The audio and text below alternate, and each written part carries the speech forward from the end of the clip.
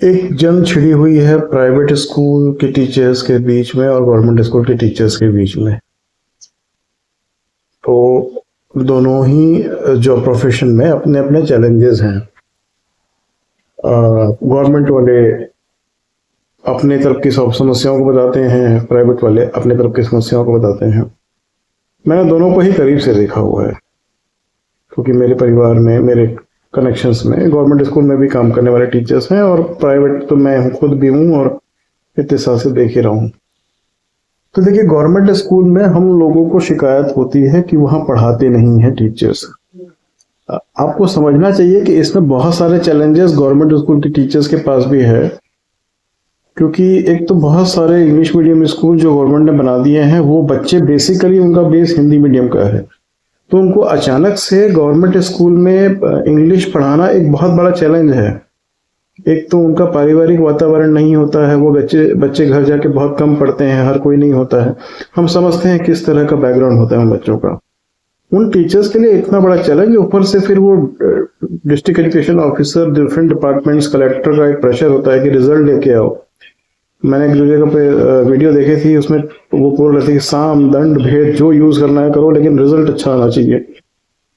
उनके ऊपर मंत्रियों का प्रेशर कि भैया हमारे गवर्नमेंट स्कूल के बच्चों का रिजल्ट आना चाहिए। खैर, रिजल्ट कैसे आता है वो हम सब समझते हैं, या उस पर जाएंगे तो बहुत डिटेल हो जाएगा। बट मुद्दा यह है कि उनके ऊपर कितना प्रेशर होता है। दूसरी बात कि आए दिन कोई ना कोई नेता या कोई भी छोटा भैया जो आ जाता है वहां पे गवर्नमेंट स्कूल में आके उनके ऊपर दबाव बनाता है। तो उनके पास बहुत से चैलेंजेस होते हैं। ऐसा नहीं है कि उनका काम आसान है। मैं मानता हूं कि बहुत से लोग गवर्नमेंट स्कूल में आने के बाद, कुछ टीचर्स ऐसे हैं जो नहीं पढ़ाते हैं, एकदम सरकारी नौकरी है तो फिर उनको क्या चिंता है।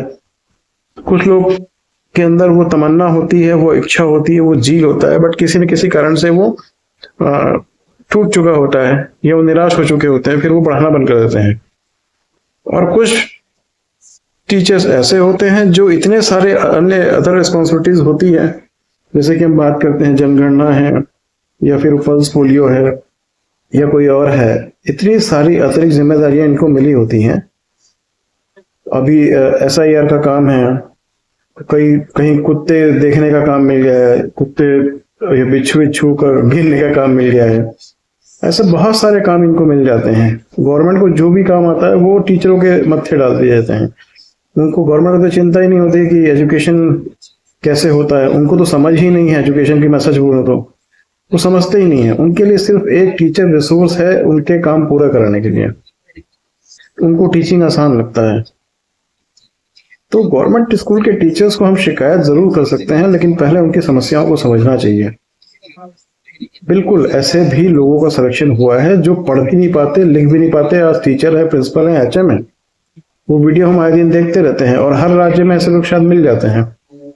ऐसा नहीं है कि सिर्फ वो बिहार में है, यूपी में है, या MP में है, छत्तीसगढ़ में है। वो हर जगह कहीं ना कहीं है। वो नजर नहीं आता, मीडिया कवर नहीं कर पाती, वो अलग बात है। बट सारे गवर्नमेंट टीचर्स ना काम करते हो ऐसा नहीं। उनकी समस्याओं को समझिए। प्राइवेट स्कूल के जो टीचर्स हैं जो शिकायत करते हैं कि वो लोग आराम से काम करते हैं, सैलरी ज्यादा मिलती है, पढ़ाते नहीं है, तो उनके चैलेंजेस को हर दृष्टिकोण से, हर नजरिए से आपको समझना पड़ेगा। एक पेरेंट्स का कॉर्नर अलग है, बच्चों का कॉर्नर अलग है,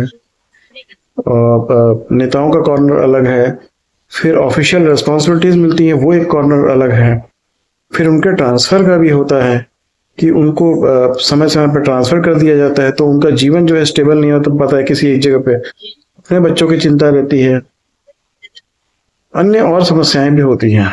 ठीक है, पैसे मिलते हैं उनको, बट इसका मतलब ये तो नहीं है कि उन्हें सब जगह झोंक दिया जाए। ऐसे टीचर्स हैं, बिल्कुल हैं, जो काम नहीं करते हैं, बट वो तो प्राइवेट में भी हैं मेरे ख्याल से उतने ही अनुपात में। किसी न किसी तरीके से जॉब लग जाती है। और कई बार स्कूल मैनेजमेंट प्राइवेट में भी ऐसे होते हैं कि जॉब लगने के बाद वो हटाना नहीं चाहते। उनको लगता है कि चलो किसी की नौकरी चल रही है, बहुत अच्छा नहीं कर रहा तो बहुत बुरा भी नहीं कर रहा है।